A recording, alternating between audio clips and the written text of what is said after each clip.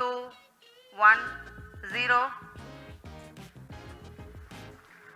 जी हाँ, तो 4 साल का इंतजार, 615 करोड़ का बजट और आज की सफल उड़ान। चांद को छूने का भारत का सपना अब बस 40-42 दिन ही दूर है।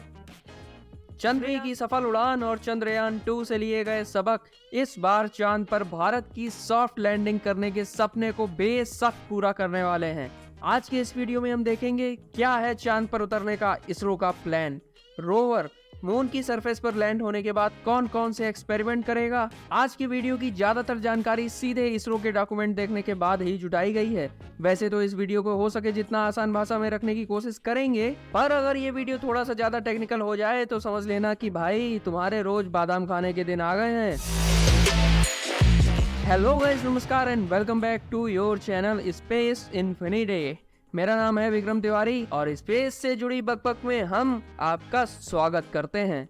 भारत में इसरो एक देशभक्ति की जीती जागती मिसाल है। विक्रम साराभाई के द्वारा शुरू की गई ये ऑर्गेनाइजेशन एक ऐसे दौर में शुरू हुई जब पूरा का पूरा भारत बेहद गरीबी से जूझ रहा था। इस रोज जिसने अपना पहला रॉकेट एक साइकिल पर ढोया और दूसरा एक बैलगाड़ी पर, वो आज चांद को छूने के लिए निकल पड़ा है और दुनिया की टॉप 5 स्पेस एजेंसीज में अपना सीना चौड़ा करके खड़ा है। चांद को छूने का इसरो का ये सफर इतना भी आसान नहीं था और ना ही ये 4 दिन की मेहनत है। चांद का ये सफर इसरो ने आज से लगभग 15 साल पहले 2008 में शुरू किया था, जब इसरो ने अपना पहला चंद्रयान मिशन चांद पर भेजा था, जिसकी सफलता ने इसरो को ग्लोबल स्केल पर एक मजबूत स्पेस ऑर्गेनाइजेशन के रूप में स्थापित कर दिया। 2009 में इसी मिशन के थ्रू इसरो ने चांद पर पहली बार पानी को खोजा था और पूरी दुनिया चांद पर अपनी दुनिया बसाने के एक और कदम पास आ गई थी। चंद्रयान 1 ने अपने लूनर मिशन में कई उपलब्धियां हासिल की, जैसे इसने साउथ पोल पर आइस फॉर्म में वाटर के काफी बड़े डिपॉजिट का पता लगाया,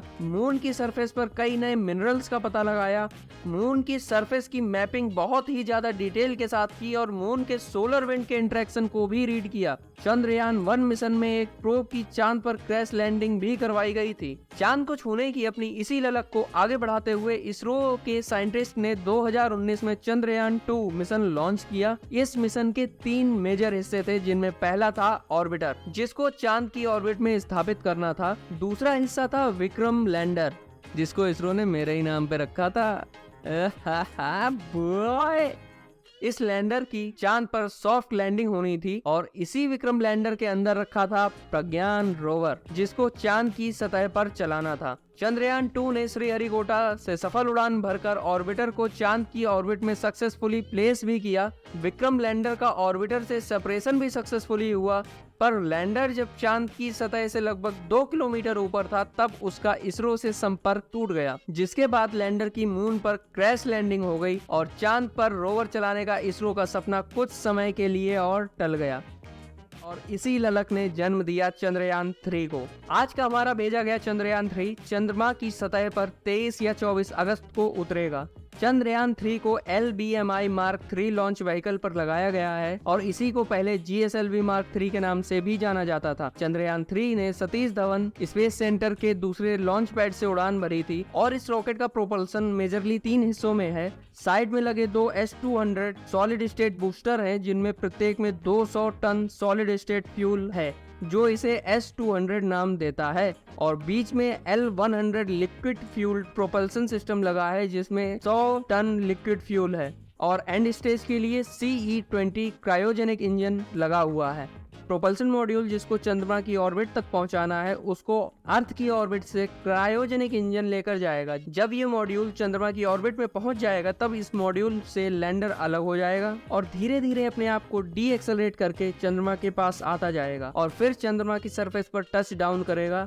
इसको सॉफ्ट लैंडिंग करवाने के लिए टच डाउन के वक्त अपनी स्पीड 2 मीटर पर सेकेंड से कम रखनी है। लैंडर के लैंड होते ही इसके रोवर का रैम 2 स्टेज में खुलेगा और रोवर अपने 6 पहियों के साथ बाहर आएगा। इस रोवर के पास 2 आंखें हैं, एक लेजर वाली और दूसरी एक्सरे वाली, जो अल्फा पार्टिकल एमिट करती है। ये लैंडर और रोवर मिलके कई साइंटिफिक एक्सपेरिमेंट्स को अंजाम देंगे, जैसे सरफेस पर मिनरल्स को ढूंढना, सरफेस की थर्मल प्रॉपर्टीज को चेक करना, सरफेस की केमिकल कंपोजिशन को चेक करना, मिनरलॉजिकल कंपोजिशन को चेक करना और सरफेस पर magnesium, aluminium, silicon, potassium, calcium, titanium और आयरन की क्वांटिटी का पता लगाना। चंद्रयान 2 की क्रैश लैंडिंग को देखते हुए चंद्रयान 3 में काफी बदलाव भी किए गए हैं, जिनमें से सबसे मेजर चेंज है इसमें ऑर्बिटर का ना होना।